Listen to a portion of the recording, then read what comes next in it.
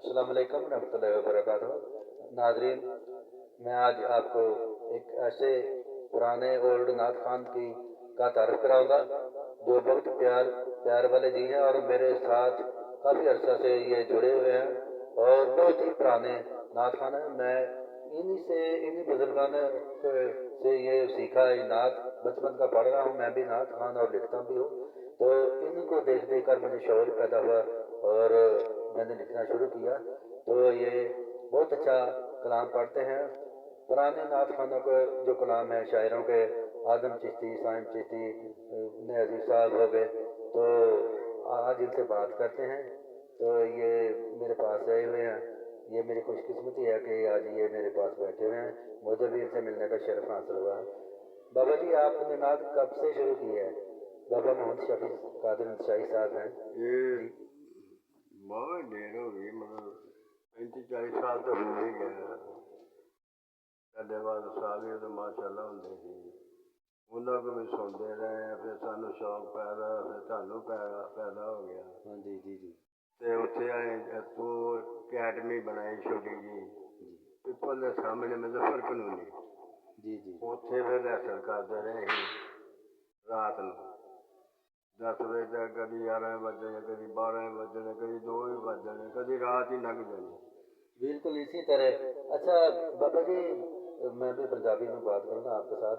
अच्छा बाबा जी, ये ਕਿਹੜੀ ਸ਼ਾਇਰ ਦੀ ਨਾਤ ਤੁਸੀਂ ਤੁਹਾਨੂੰ ਅੱਛੀ ਲੱਗਦੀ ਹੈ ਕਲਾਮ? ਕਿਉਂਕਿ ਨਾਤਾਂ ਸਰਕਾਰ ਦੀਆਂ ਸਾਰੀਆਂ ਬਹੁਤ ਅੱਛੀਆਂ ਹੁੰਦੀਆਂ, ਤੇ ਤੁਸੀਂ ਕਿਹਨੂੰ ਜ਼ਿਆਦਾ ਪਸੰਦ ਕਰਦੇ ਰਹੇ ਪੁਰਾਣੇ ਨਾਤ ਖਾਨਾਂ ਤੋਂ?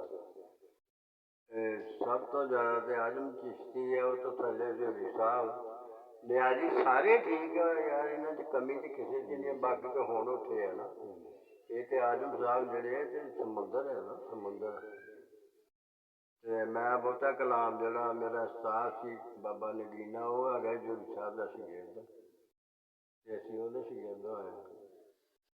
ਮਾਸ਼ਾਅੱਲਾ ਬਾਬਾ ਜੀ, ਮੈਂ ਸੁਣਿਆ ਵਾ ਕਿ ਇਹ ਹਜ਼ੂਰੀ ਸਾਹਿਬ ਹੋਏ, ਇਹਨਾਂ ਨੇ ਨਾਤ ਦਾ ਵੀ ਫੈਸਲਾਬਾਦ 'ਚ ਹੋਇਆ, ਯਾਨੀ ਕਿ ਪੁਰਾਣੇ ਪੜ੍ਹਨ ਵਾਲੇ ਇਹਨਾਂ ਨੇ ਸ਼ੁਰੂਆਤ ਨਾਤ ਦੀ ਕੀਤੀ ਹੈ ਕਿ ਲੋਕਾਂ ਨੂੰ ਵੀ ਸ਼ੌਰ ਹੋਇਆ, ਯਾਨੀ ਕਿ ਪੁਰਾਣੇ ਪੜ੍ਹਨ ਵਾਲੇ।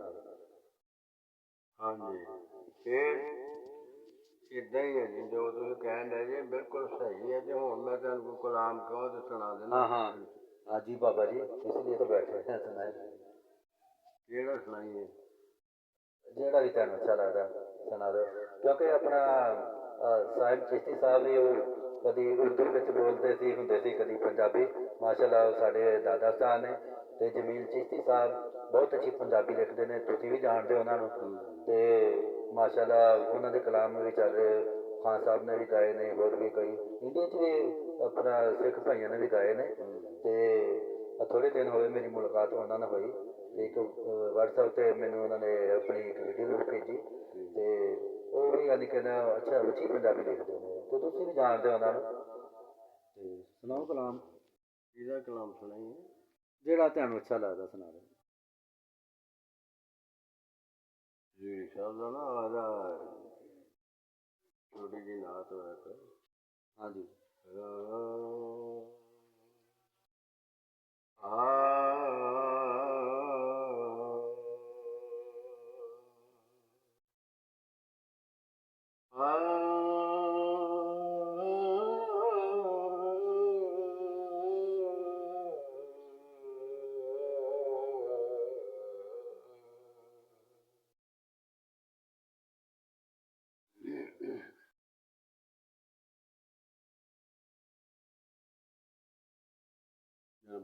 माशाल्लाह माशाल्लाह, कोई नहीं, कर रहे हैं आप बात कर रहे हैं।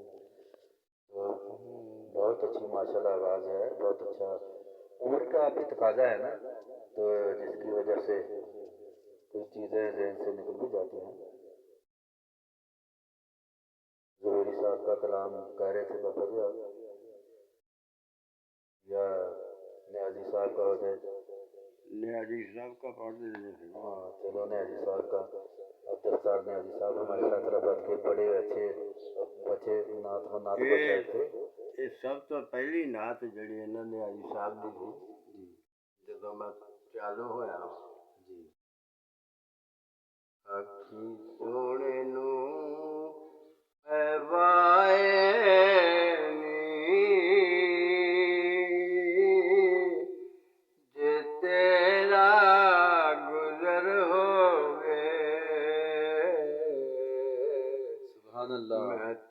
मर के भी नहीं मरदा आका तेरी नजर हो नजर बेशक बाबा जी बेशक दम दम नाल जिक्र करां आका तेरियां शानां दा सुभान अल्लाह तेरे ना तू मैं वार दियां जिन्नी मेरी उमर होवे होवे सुभान अल्लाह इश्क दी गल है आखी सोने नू ए वाए नी जे तेरा गुजर होवे जे जीण दा चा रखना राया मदीना राया मदीने दिया सरकार दे दरबारे ते उमर जावी जे मर होवे। जे मर होवे आखी सोने नू ए वाए नी जे तेरा गुजर होवे माशाअल्लाह जी क्या बात है आखी सोने नू वाए नी जे तेरा गुजर होवे ओ कैसियां कड़ियां सन मेहमान सा सोने दे वाह वाह दिल फिर भी करदा ए तैबा दा सफर होवे आखी सोने नू ए वाए नी जे तेरा गुजर होवे ए होयास नियाजी दे दिल विच चरोकनी